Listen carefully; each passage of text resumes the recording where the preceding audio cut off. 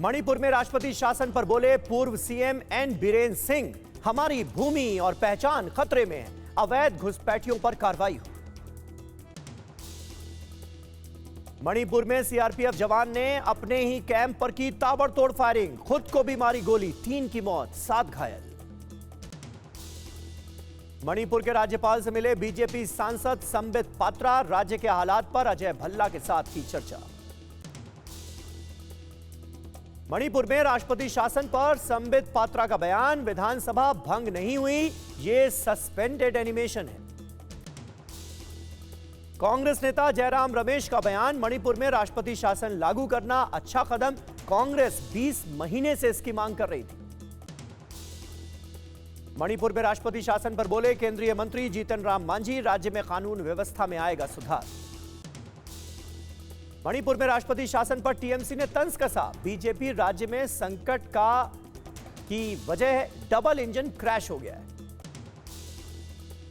मणिपुर में बीजेपी अध्यक्ष शारदा देवी का बयान, एन बीरेन सिंह के इस्तीफे के बाद विधानसभा को निलंबित कर दिया गया है। मणिपुर में राष्ट्रपति शासन पर बोले कांग्रेस नेता प्रमोद तिवारी, बीजेपी लोकतंत्र की हत्या करना चाहती है। वक्फ बिल पर बनी जेपीसी की रिपोर्ट पेश होते ही संसद में भारी हंगामा, लोकसभा की कार्यवाही 10 मार्च तक के लिए स्थगित। कांग्रेस अध्यक्ष मल्लिकार्जुन खड़गे ने जेपीसी रिपोर्ट को बताया फर्जी, कहा हम इसे नहीं मानते। खड़गे को जेपी नड्डा का जवाब, बोले विपक्ष तुष्टीकरण की राजनीति कर रहा है, जनता को गुमराह किया जा रहा है। बीजेपी नेता सीपी जोशी का बयान, कहा वक्त पर बनी जेपीसी में सभी दलों के नेता, उसके बाद भी हंगामा। वक्फ पर जेपीसी रिपोर्ट के खिलाफ एसडीपीआई ने किया प्रदर्शन, वक्फ संशोधन बिल पर विरोध जताया। कांग्रेस सांसद इमरान मसूद का आरोप, जेपीसी रिपोर्ट में विपक्ष का कोई सुझाव नहीं माना गया। कांग्रेस नेता इमरान प्रतापगढ़ी का तंज, पहले जेपीसी बनाकर नाटक किया, वक्फ की जमीन लूटना चाहती है सरकार। बीजेपी अध्यक्ष जेपी नड्डा का बयान, बोले दिल्ली का सीएम विधायकों में से ही होगा, पीएम के अमेरिका से लौटने के बाद लेंगे निर्णय।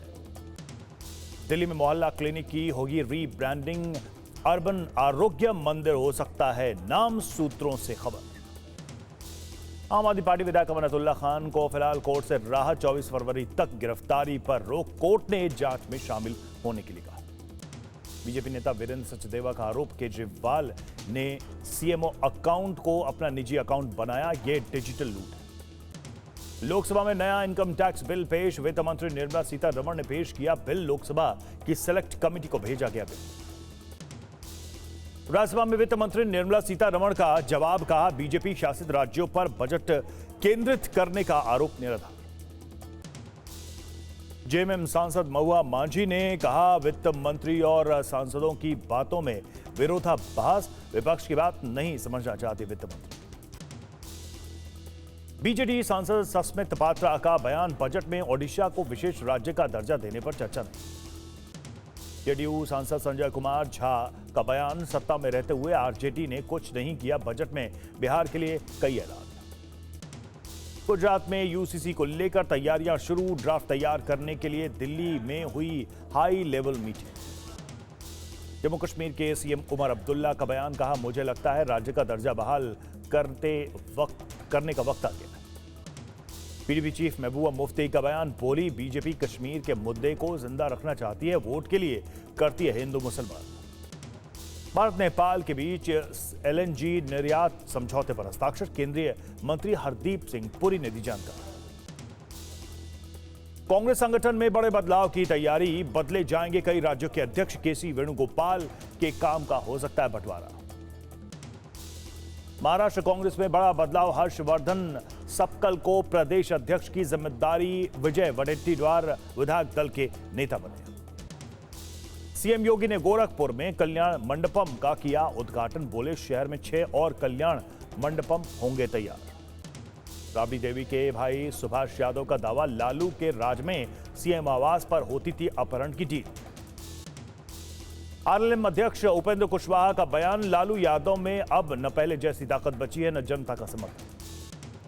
ममता बनर्जी का आदेश, टीएमसी विधायकों को वोटर लिस्ट की जांच करने के लिए कहा, बीजेपी पर लगाया गड़बड़ी का आरोप।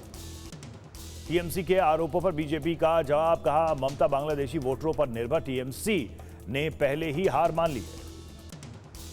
टीएमसी सांसद अभिषेक बैनर्जी का आरोप, फेसबुक प्रोफाइल से जानकारी हटाने का दावा किया।